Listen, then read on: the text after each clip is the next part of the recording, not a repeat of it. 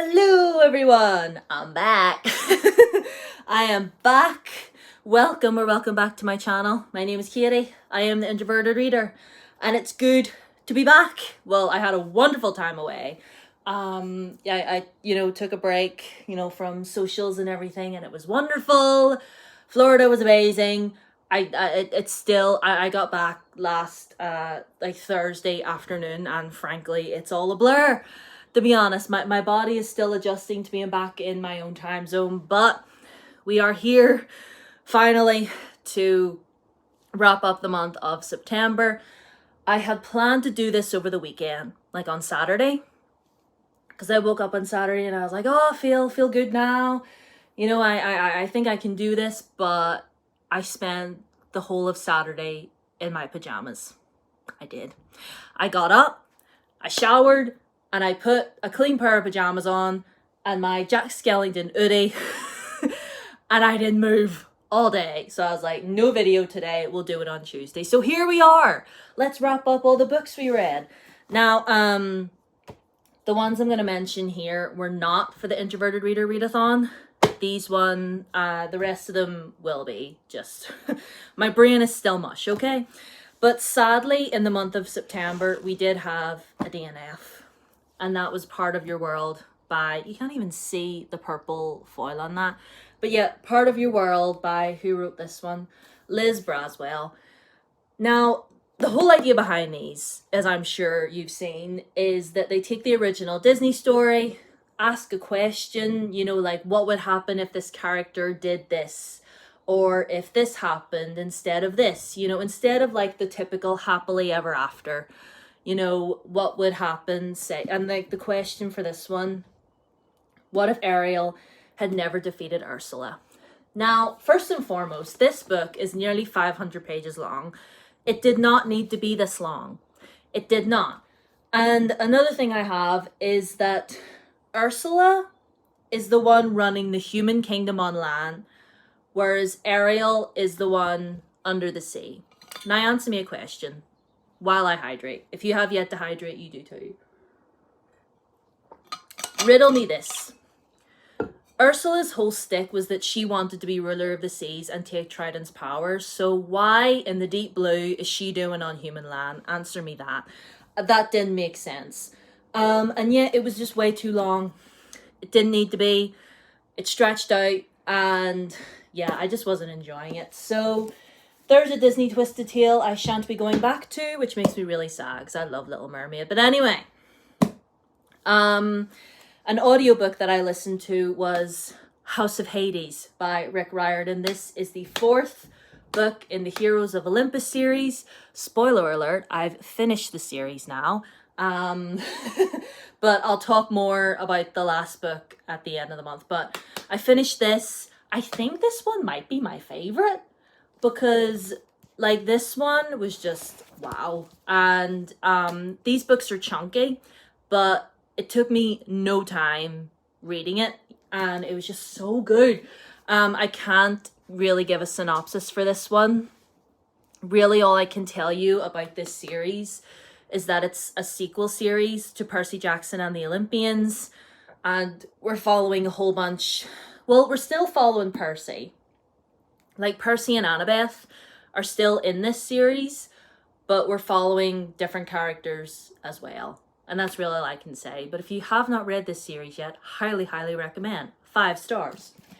Now, on to the books that I actually did read for my readathon. Okay, so I listened to the audiobook for this. Nocturna by Maya Montagnier. Is that how you pronounce her name? I'm so sorry if I'm getting it wrong. Correct me if you know how to pronounce it correctly. But this, for the readathon, this is for the prompt to read a book that's been unread for way too long. And I just randomly grabbed this. And again, we have another gem, everybody. Like, I did the same with Blood Air a couple months ago and loved it. And I was like, why did I not read this sooner? And I was thinking the exact same about this.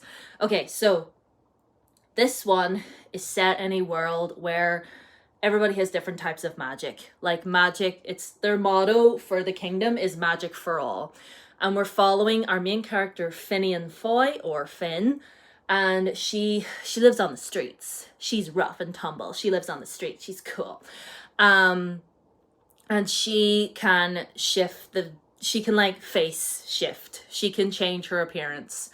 And she's done it so many times that she's nearly forgotten what her original face looked like. And basically, I don't know what is going on outside. And yeah, so basically she is looking for any way to get out of this kingdom because she was enslaved to this man. And now that she's finally free of him, she wants gone. She wants on the next ship, out this town, goodbye, peace out, I'm done. And but then she ends up having, she gets caught by this mobster. And so her plans get thrown into disarray, and basically she has to steal a treasure from the palace or she'll never use her magic again. Like, the mobster basically takes her magic, holds her magic hostage, and it's basically like, get this for me and I'll give you your magic back. So yeah, and then we follow Prince Alfir, or Alfie, and he's heir to the throne, but he doesn't really want to be because his brother was supposed to be, but his brother died. That's all I'm going to say about that. And he's trying to figure out what actually happened to his brother, and even meddling in some forbidden magic. Now, that is all I'm going to say about this book, but like, the way this book had me in a headlock, never mind a chokehold, it had me in a headlock. I couldn't stop listening to it. Like, it's wonderful. And I have the second book all ready to go. Audibly, obviously, because I loved the audio narrator. She was so good. But yeah, this, wonderful, amazing. I cannot believe I've had it on my shelf. Like, I don't even know when this was published. I think I saw like 2019. So not that long ago, I guess. Well, quite some time ago. But either way, I read it. I loved it. 5 stars. And then for the prompt to read a comic book or a manga or like whatever, a book with pictures in it, basically. Sandman, Volume 1 by Neil Gaiman, Preludes and Nocturnes. So this one collects issues number 1 to 8 of the original run of Sandman. And Sandman, we are following our character, what's his name? See, my brain is mush. What is it? Morpheus. I knew that. So Morpheus is the king of dreams, and he gets captured by these people. Like, these people, they're like in a cult, and they cast a spell. They're looking for the angel of death, but they somehow capture him instead, and they capture Morpheus for over 100 years. But because he's Sandman, he's king of dreams. He controls everyone's dreams and watches over everybody's dreams and all that. And people are going to sleep and not waking up. So it's like this weird sleeping sickness that's sprawled over the land. And, Morpheus is trapped by these people and he can't leave. And it's really just all about that. And he has, that's him there on the cover. He's wearing a mask and he has this little bag of sand as well that he obviously, because he's Sandman. And they have been stolen from him, and he's going around looking for them, and, they've been stolen. He doesn't know where they are. And, it's creepy, it's dark, it is violent. Lots of trigger warnings to go with this one. I would advise you look them up because this is dark. This isn't for the children, okay? This isn't for the kids. But I thoroughly enjoyed my time reading it. It was definitely quite disturbing at times. I do remember flicking through it and being like, ew. But yeah, if you enjoyed the TV show and you haven't read this, I highly recommend. Or if you just want to stick with the TV show, that's fine. I'm looking forward to the second season coming. Hopefully, Netflix, pay your writers. But yeah, I love this. 4 stars. The next one,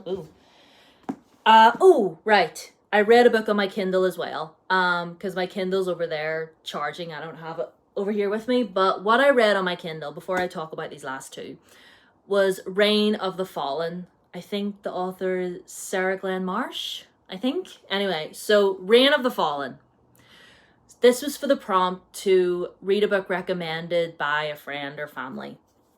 And I put out there on Twitter that I was looking for a book recommendation, and one of my Twitter followers recommended Throne of the Fallen.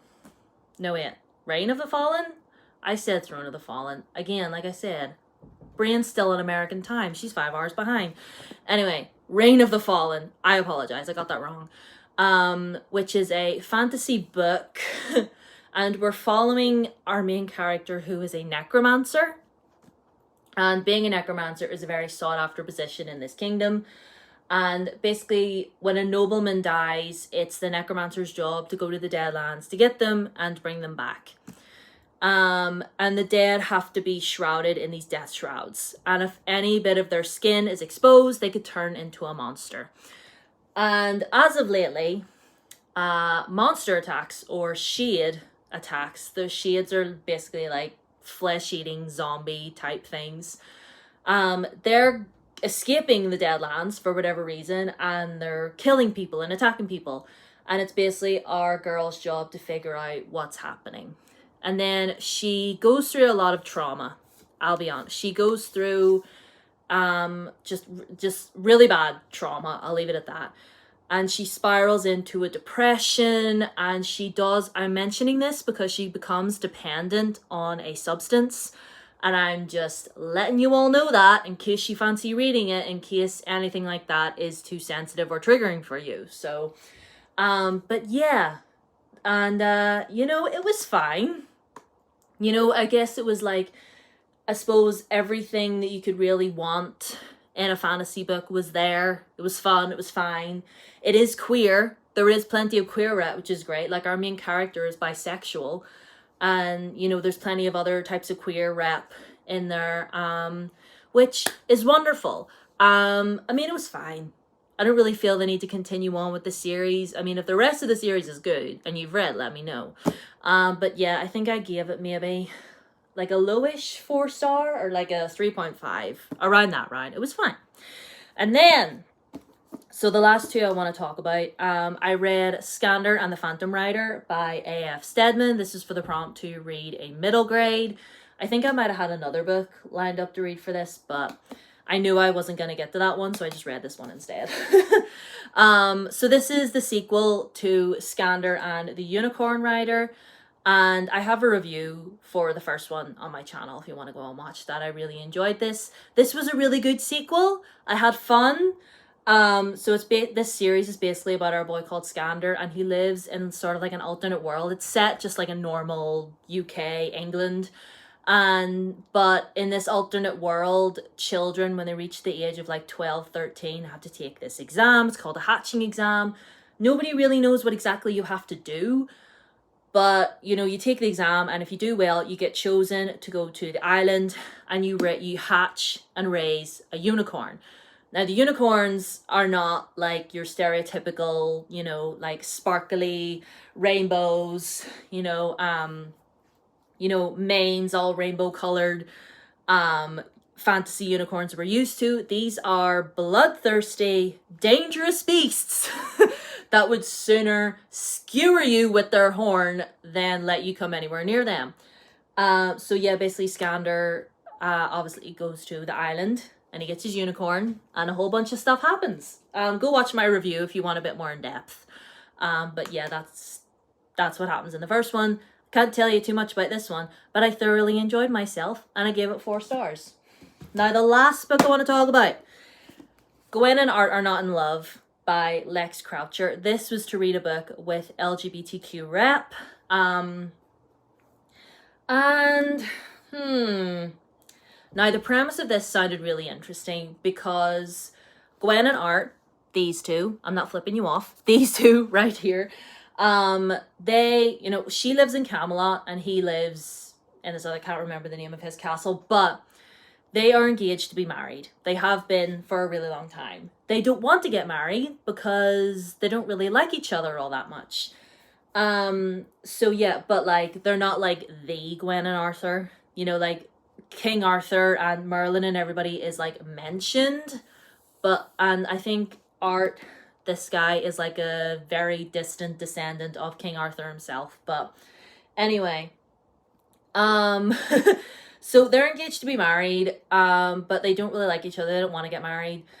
But then Gwen catches Art kissing a boy, and then Arthur comes across Gwen's journal where she's written in a whole lot of detail about her fancies about a lady knight. This lady right here. You can't really see her, but she's there.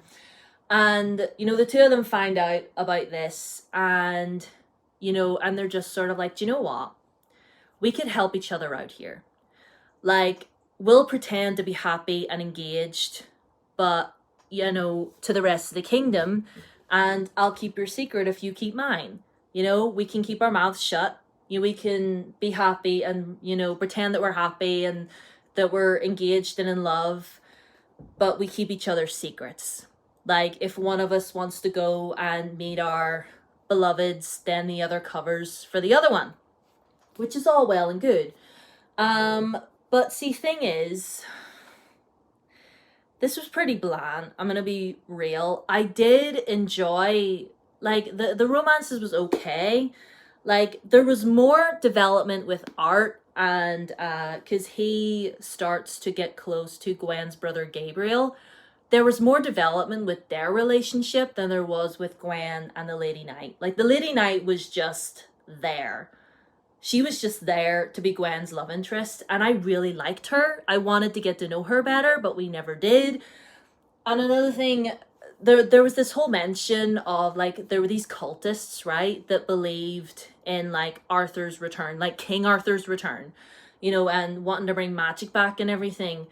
And they were all like, oh yeah, they believe that King Arthur's going to come back someday and that magic's going to return to the land and stuff. But obviously with Christianity and the church taking over, it's not going to happen. I was waiting for something like that to happen. I was like, can we not get a little bit more fantastical in here? Like, you know, I was waiting for Merlin to show up. Like, I was like,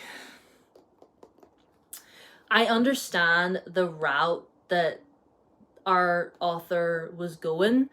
And I did find it really cute. I was rooting for them.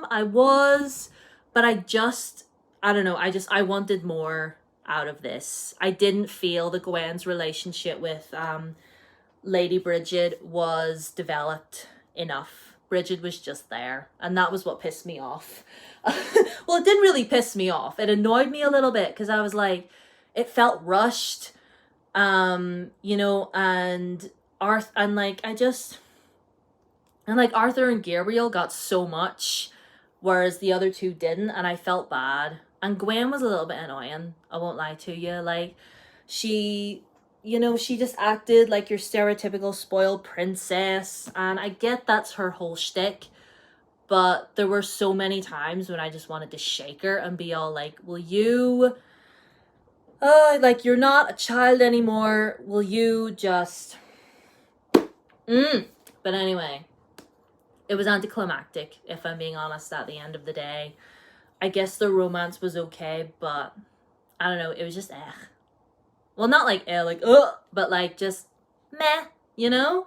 I wanted more out of it. I don't know, like, could Art not have been possessed by the actual spirit of King Arthur or something? Like, I wanted a bit more magical, I wanted a bit more fantastical, and I didn't really get it. And I'm kind of disappointed. But overall, it was alright. So, 3.5 stars. So, overall, we had a pretty good reading month. I hope I'm not forgetting anything. But again, like I said, my brain is absolute mush right now. I hope you all had a good September. If you did anything, let me know. If you follow me on Instagram, which is down there, I posted lots of photos from my trip. So go and look at them if you wanna. But yeah, I hope you're all doing well. Hope you're all okay. And I'll see you in my next video. I don't know what that next video is going to be. It's going to be something. But anyway, socials down below, Twitter, Instagram, and TikTok. Subscribe if you're new, because I would love to get to 300 subscribers. That would be amazing. And yeah, I'll see you in my next one. Bye.